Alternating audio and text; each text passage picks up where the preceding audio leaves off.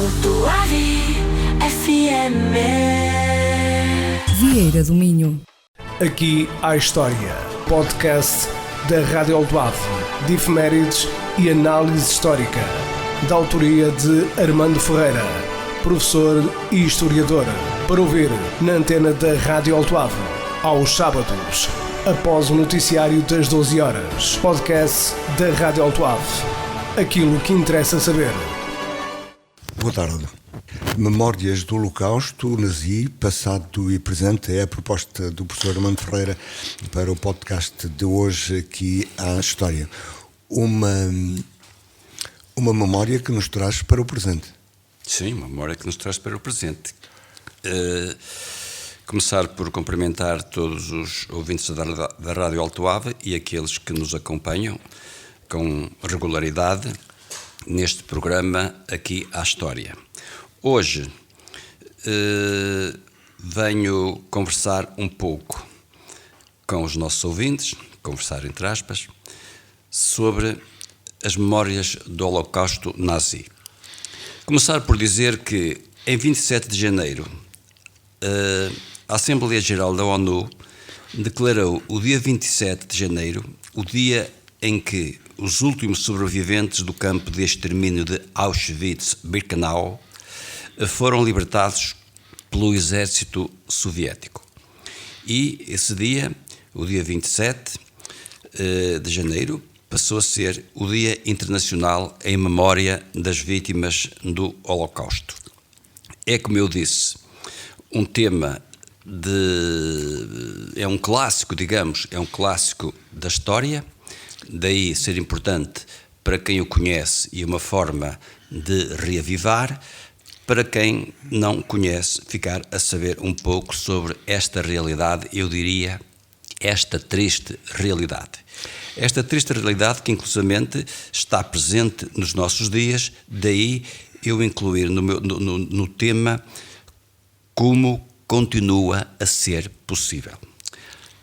Vamos lá então ver com calma este assunto histórico. Falar do Holocausto, eu sou professor de História, e falar do Holocausto é falar da perseguição e do genocídio de um povo. É falar de morte e, com isso, recordar uma das páginas mais negativas da história universal contemporânea. Negativa porquê? Pela morte de mais de 6 milhões de judeus, homens, mulheres e crianças, assim como milhares de outras pessoas que, pelo simples facto de não encaixarem na matriz ideológica do nazismo, ou seja, do arianismo, da raça pura. Negativa também pelos princípios e valores que encarna, alicerçados na intolerância, na discriminação, no racismo, no nacionalismo exacerbado, na xenofobia, na prisão, na tortura e, claro, na morte.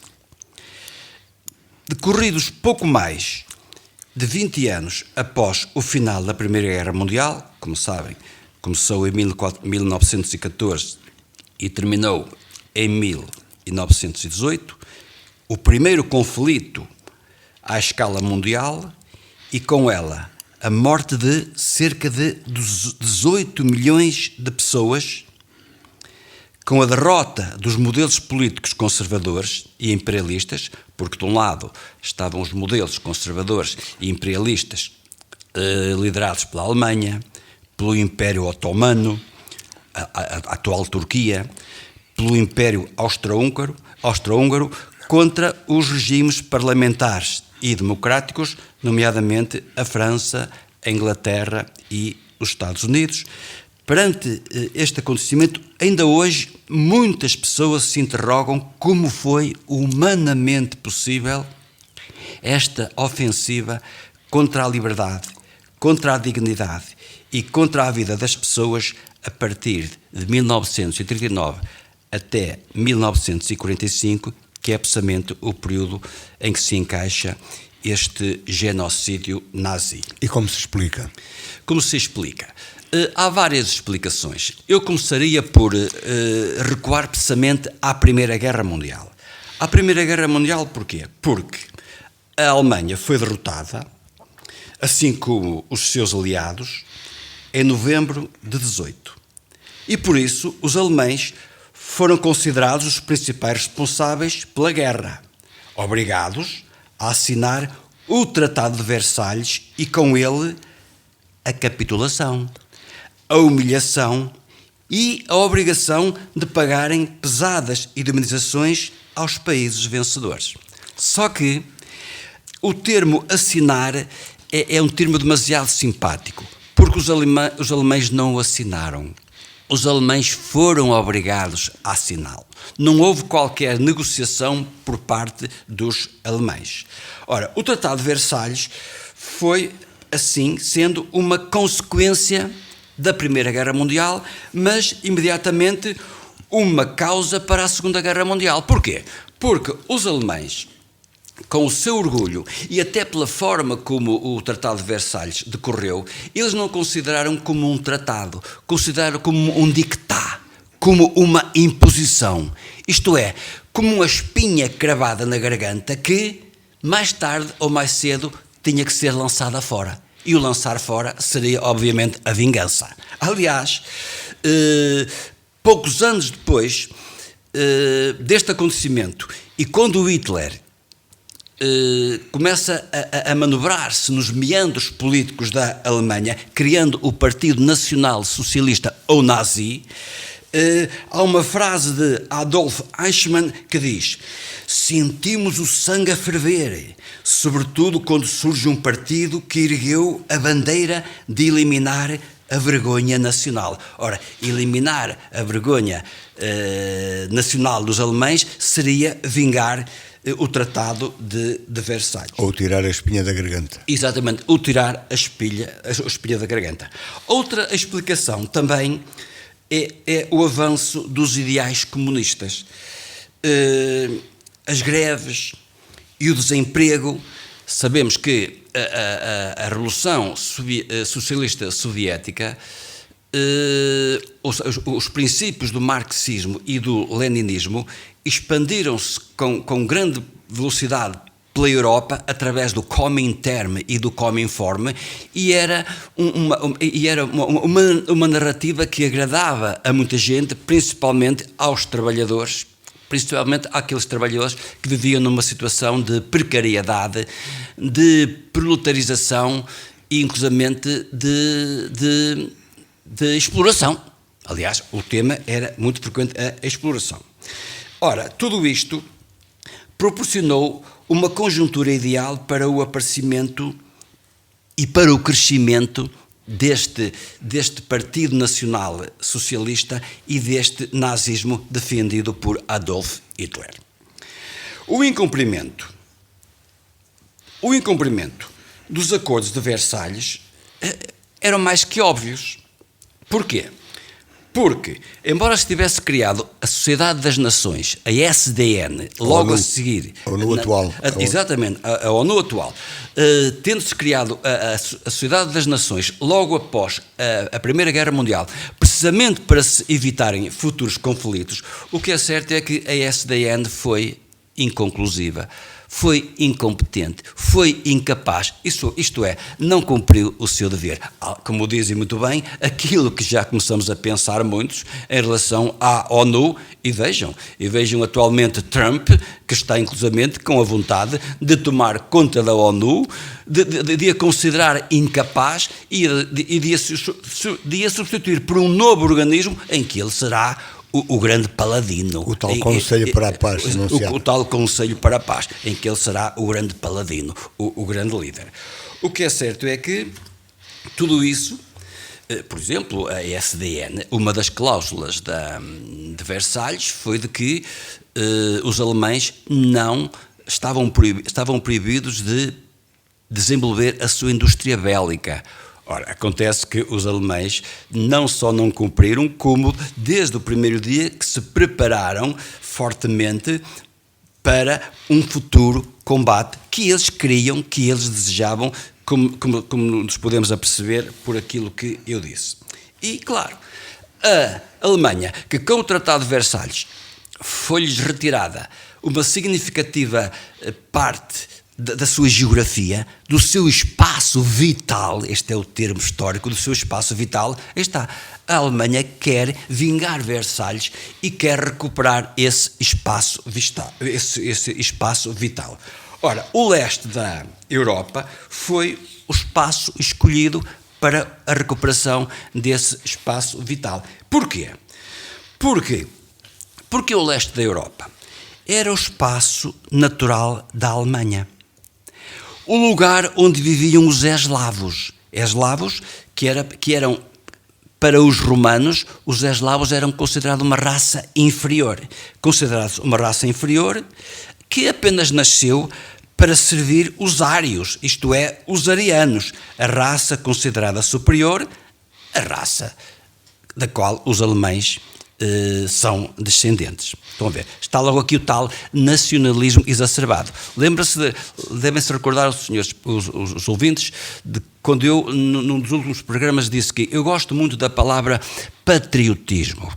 O nacionalismo pode ser perigoso. Cá está um exemplo de um nacionalismo exacerbado que é perigoso. E também no leste, porquê? Porque era aí que estava o bastião dos judeus, principalmente na Polónia. Uma comunidade numerosa, dinâmica e próspera, mas invejada. Os alemães precisavam de um bode expiatório.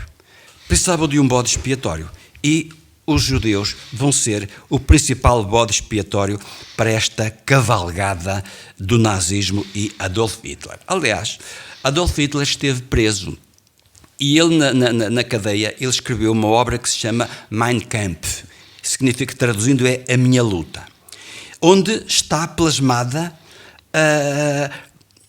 onde estão plasmados os ideais do nazismo, um deles a tal superioridade da raça alemã. Para Hitler, nos seus discursos inflamados, a palavra da ordem do marxismo, trabalhadores de todo o mundo, univos, ele era anti-bolchevista, ele era anticomunista. Mas vejam que ele neste caso em concreto, até releva um pouco esta frase de trabalhadores de todo o mundo univos para responder com a ideia que considerava muito mais importante, que é: trabalhadores de todas as nações, reconheçam o vosso inimigo comum. E esse inimigo comum era os comunistas, mas era também os judeus. A Alemanha, como eu disse, queria a vingança de Versalhes e recuperar o tempo perdido. Por isso é que, no dia 1 de setembro de 1939, invade a Polónia, que em pouco mais de um mês é conquistada e repartida pelos soviéticos. Diga-se que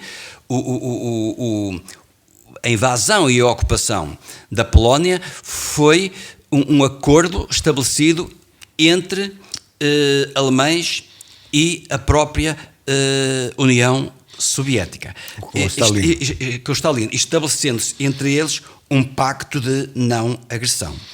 Ora, estamos, portanto, aqui perante o início da Segunda Guerra Mundial e, com isso, uma vida de calvário. Uma vida de calvário para 3.300.000 judeus, isto é, cerca de 50% da comunidade judaica que vivia na Europa está agora sujeito às amarras de Hitler. Em território alemão, desde a subida de Hitler ao poder em 1932, que a vida se tornou um inferno para os judeus. E particularmente nos guetos. Os guetos é realmente uma parte que vou falar a seguir, é para mim o primeiro momento do genocídio. Só que agora, com o início da Segunda Guerra Mundial, este antissemitismo, esta perseguição aos judeus não se faz apenas em território alemão e na Europa de Leste, vai-se fazer um pouco por toda a Europa onde o exército alemão está presente. Tirar uma palavra da boca e realmente falar dos guetos.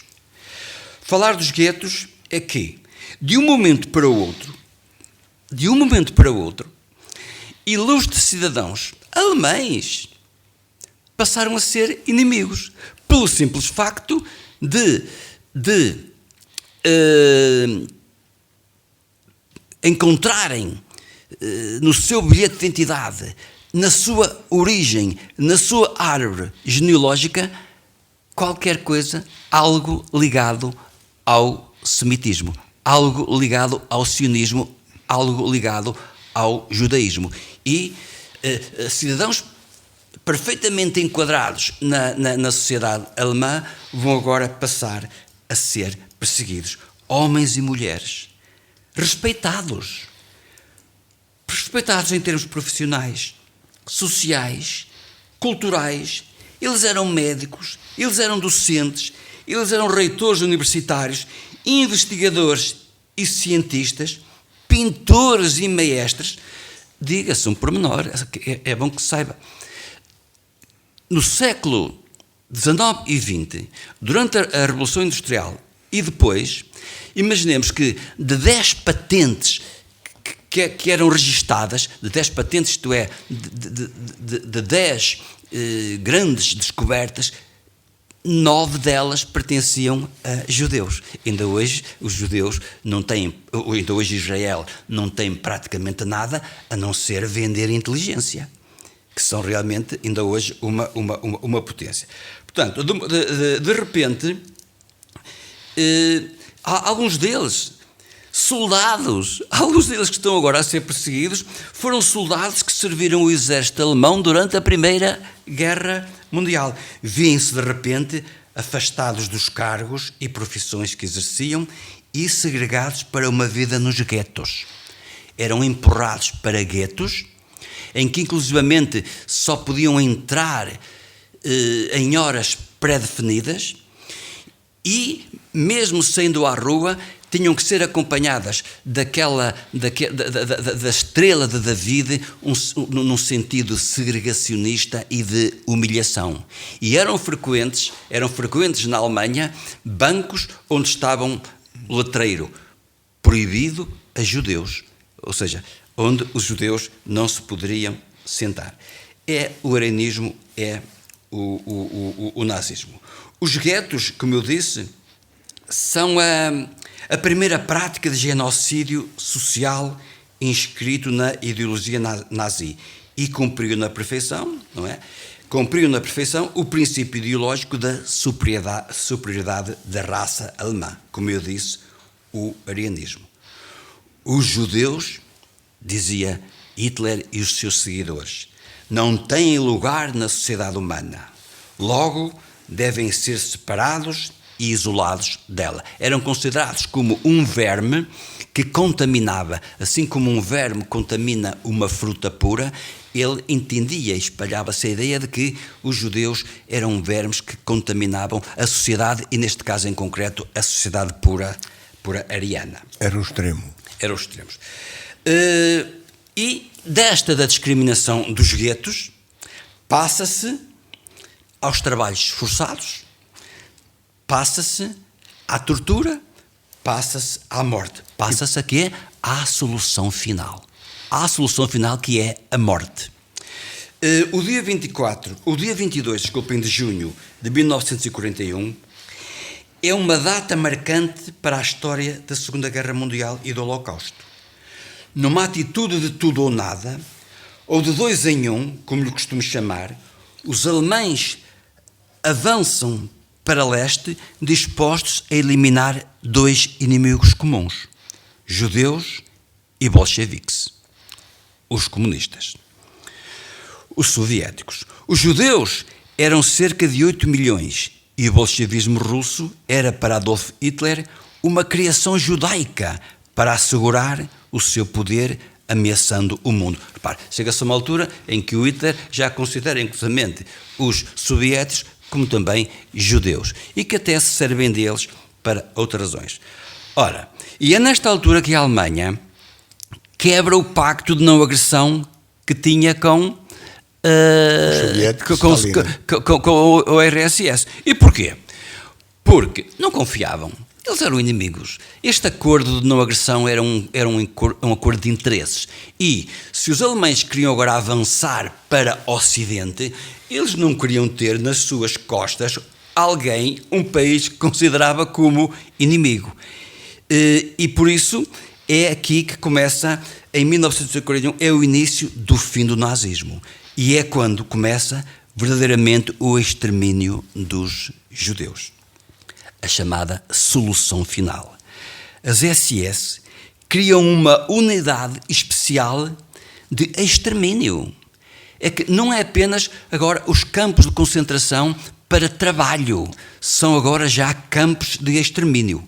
Aliás, um relatório de dezembro de 1941 de um comandante do Einsatzkommando dizia: posso confirmar que o objetivo de solucionar a questão judaica na Lituânia foi hoje alcançada. Não há mais judeus, exceto os judeus que deixamos para trabalhar, ou seja, os judeus do trabalho. Ora, os campos que até aí eram campos de concentração, passam agora e dão lugar a campos de extermínio. É o eufemismo de o caminho para o céu. É o caminho para o céu. À medida que a guerra caminhava para o seu final e a derrota alemã parecia iminente, mais os alemães intensificavam o desejado genocídio sionista, porque os alemães tinham consciência de que estavam a perder a guerra.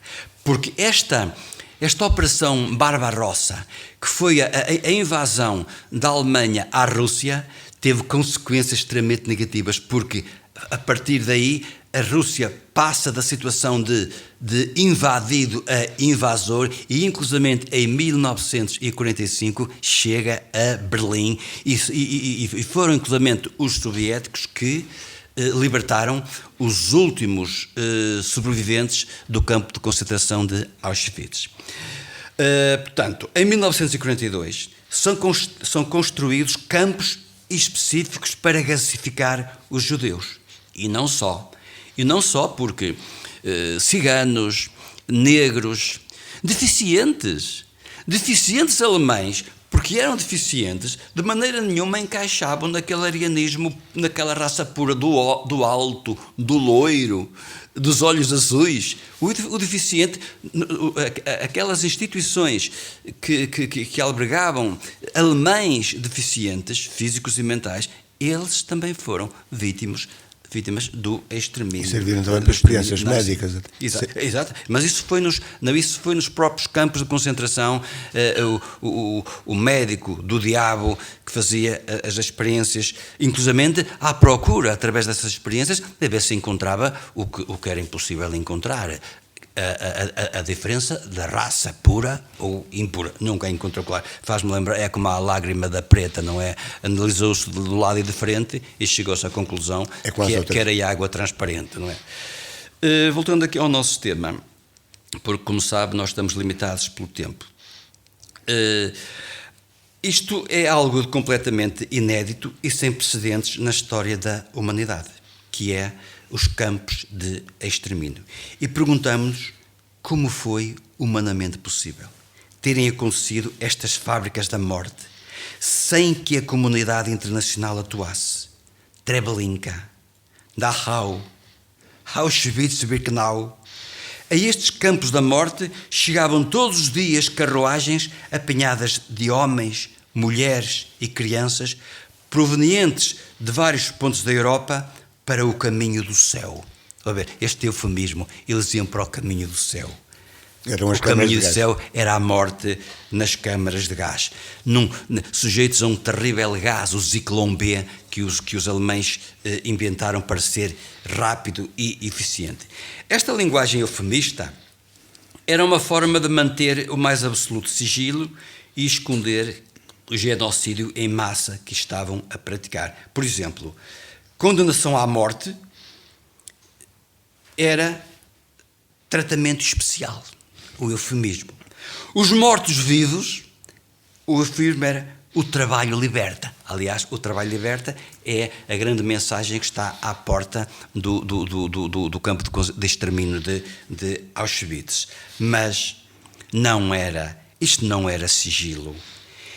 A comunidade internacional sabia isso perfeitamente. Sabia isso, mas cobardemente calou-se. E cobardemente não atuou. Os julgamentos de Nuremberg no final da guerra, portanto, no final da guerra, depois da derrota. Já depois, logicamente, já depois da capitulação e da derrota da Alemanha, os julgamentos de Nuremberg confirmaram o genocídio de 6 milhões de judeus. E a história provou, como eu disse, que muitos alemães tiveram igual sorte, a morte, por uma simples razão, por ousarem discordar das políticas de Hitler. Aliás, há um filme para esta nossa juventude, há um filme que se chama Sophie Scholl, que é Os Últimos Dias, também conhecido como A Rosa Branca. Aquilo que a juventude, os estudantes universitários alemães sofreram por obstarem contra estas ideias de Hitler. Estas máquinas da morte só pararam no outono de 1944, em vésperas da rendição da Alemanha. Só em Auschwitz morreram mais de 1 milhão de pessoas na chamada Fábrica da Morte. Era uma fábrica da morte que trabalhava ininterruptamente 24 horas sobre 24 horas. Não fosse a indignação e a ação de alguns cidadãos como Oskar Schindler, que até apoiava os nazis. Oskar Schindler movimentava-se muito bem nos altos quadros nazis. Era um alemão respeitado pelo nazismo. Só que ao mesmo tempo, ele era um industrial, digamos, de uma fábrica de panelas, do género. E Oskar Schindler ia recrutar judeus que sabiam que estavam condenados à morte e levava-os para trabalhar na sua fábrica. Aliás, mais tarde, Steven Spielberg produziu um filme, A Lista de Schindler, que trata precisamente deste tema. Oskar Schindler foi considerado pelos judeus como um justo das nações. Porquê? Porque era o título atribuído ao não-judeu que ajudava os judeus. E já agora, aqui o nosso reconhecimento a outro grande justo entre as nações, o português Aristides de Sousa Mendes. Aristides de Sousa Mendes era cônsul de Portugal em Bordeus.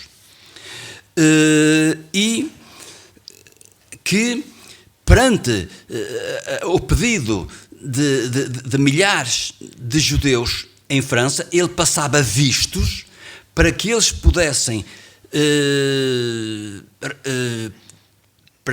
vir para Portugal e depois de Portugal emigravam para os Estados Unidos da América, livrando-os de uma morte quase certa com estes vistos. Aliás, o Aristides de Sousa Mendes, por mais que uma vez que ele foi avisado aqui por ministros de Salazar e disse-lhe: Aristides, o presidente do Conselho sabe o que tu estás a fazer.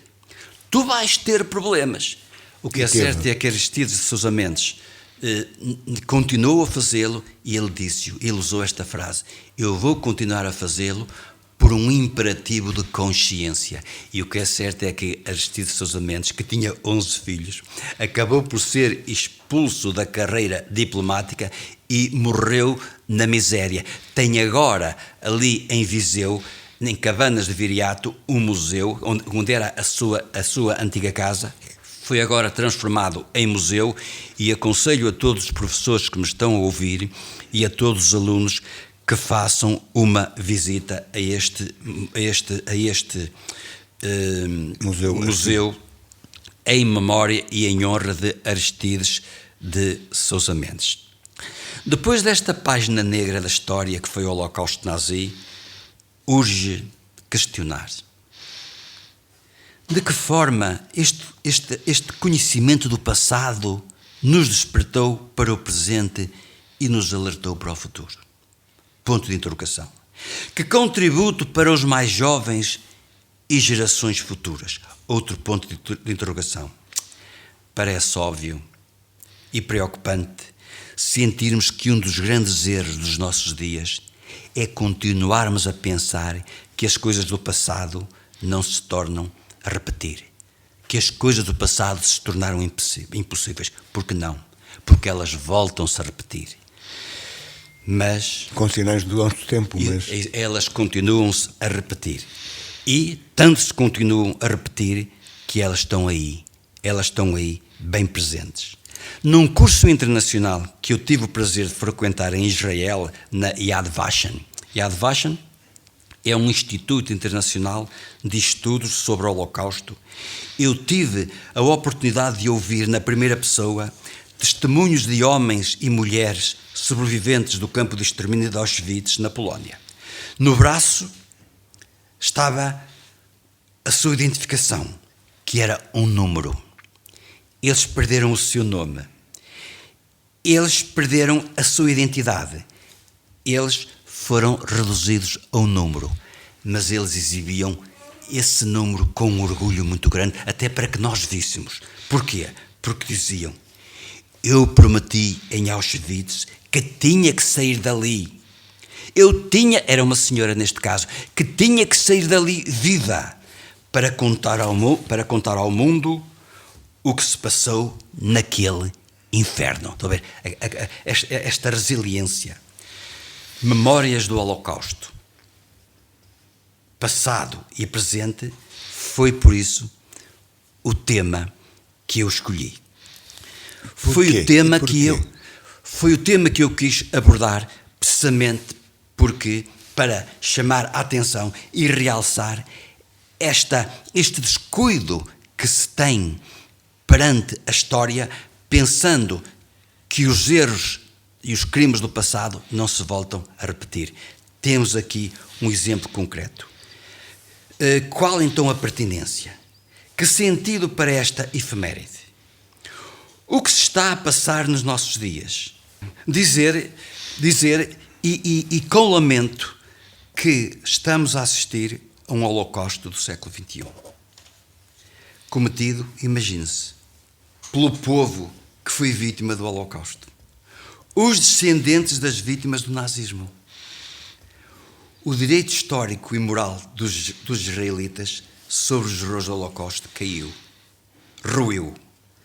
Se estas vítimas dos campos de concentração e de extermínio ressuscitassem, morreriam de vergonha por aquilo que estão a fazer aos seus filhos, por aquilo que estão a fazer os seus filhos, por aquilo que estão a fazer os seus netos e os seus bisnetos na faixa de Gaza, com o extermínio de centenas de crianças e muita gente inocente. Já são milhares. Que dizer desta proliferação de grupos de extrema-direita na Europa, com células ativas por todo lado e inclusivamente em Portugal? Concluímos, e esta é a mensagem, concluímos que para que o mal triunfe, basta o silêncio dos bons.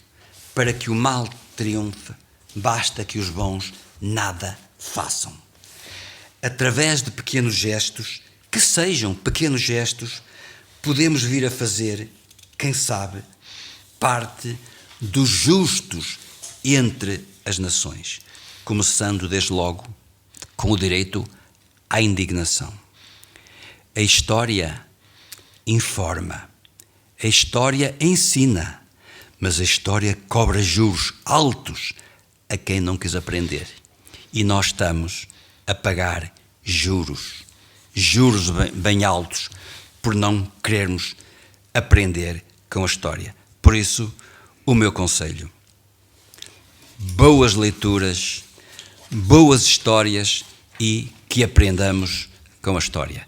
E já agora, mais uma vez, os nossos ouvintes que queiram tirar dúvidas, porque como sabem, Eu tive, devido à limitação do tempo, tive justamente que acelerar aqui ideias.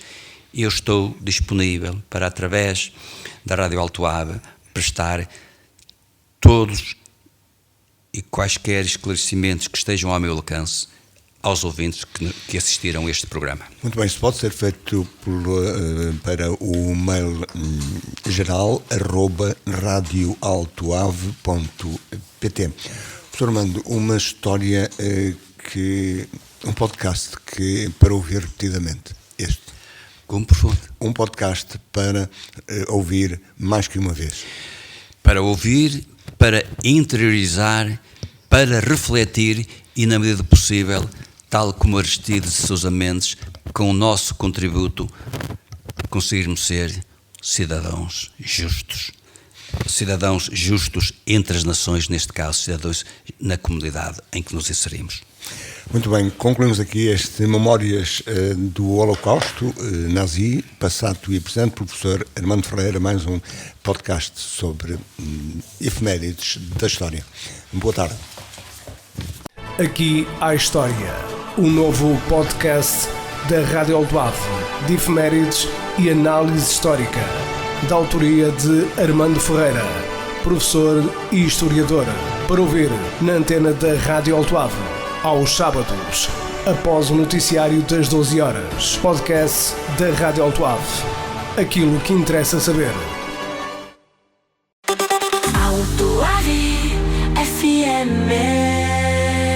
Vieira do Minho.